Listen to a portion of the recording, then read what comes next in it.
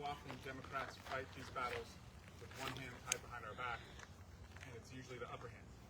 And this is saying to Texas, if you are not willing as Republicans to go to the midterms on your ideas, and I can't blame you for not wanting to go to the midterms on your bankrupted ideas that help billionaires take away health care, and you're just going to try and make it harder for Democrats to win seats, well, we're going to untie that upper hand, and we are going into this fight with both hands, and we're going to get 5 more seats in California.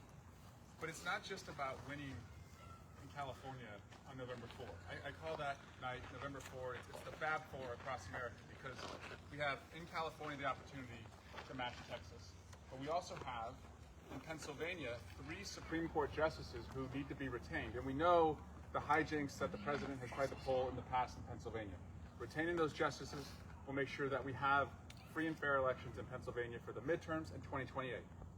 The third race is the Virginia governor's race. That's a Republican seat, Abigail Spanberger as the next governor of Virginia.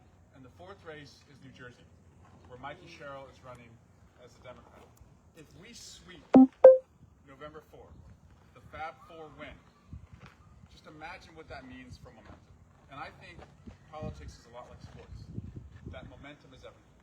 If we close the year having won in April in Wisconsin, and then we win in California, Virginia, New Jersey, Pennsylvania, we go into the midterms with momentum. We get our confidence back. And equally, on the other side, they're demoralized, right? You're going to see more retirements on their side. More members deciding they don't want to run. And we saw one of those yesterday, by the way. In Arizona, one of the closest races last election, the candidate has decided to not run again for Congress. So we're seeing retirements across the country. Winning on November 4 will only force more retirements and make it that much easier to win the half dozen or so seats we need to take the midterms. So that's what this effort today is all about. If you were the only ones doing it, I would say we probably won't pass it. But you're not.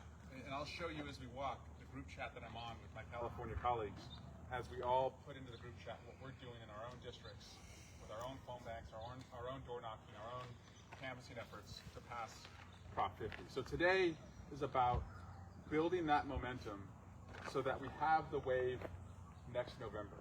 And when we have the wave next November and we win the midterms, we cut our time in hell by half. Because we will have accountability, we'll have oversight, we'll have the power of the purse. It will be our budget, not their budget, that has put us into a shutdown. It'll be our values that we can put up or down for votes. And it'll be our democracy that we protect so we have a free and fair election in 2028. I also just want you to know, winning the midterms, psychologically to the other side, it almost ends the Trump presidency because it checkmates him. He will be a one-term president. If we lose the midterms, they will see a demoralized side on our side. They'll see that the town squares and the town halls are no longer full. And they will move to complete his ambitions to be a dictator. And they will set up a family office-like structure to run the country. There will not be a free and fair election in 2028. But that's not going to happen. Because you care, and you're not going to let it happen. And you're fired up, and you know what we have to do. So I'm all in to do it. I know we've got some packets that we're passing out.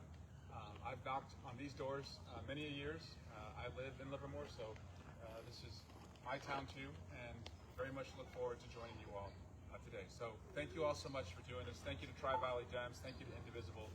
We're going to win on November 4, and we're going to build on momentum.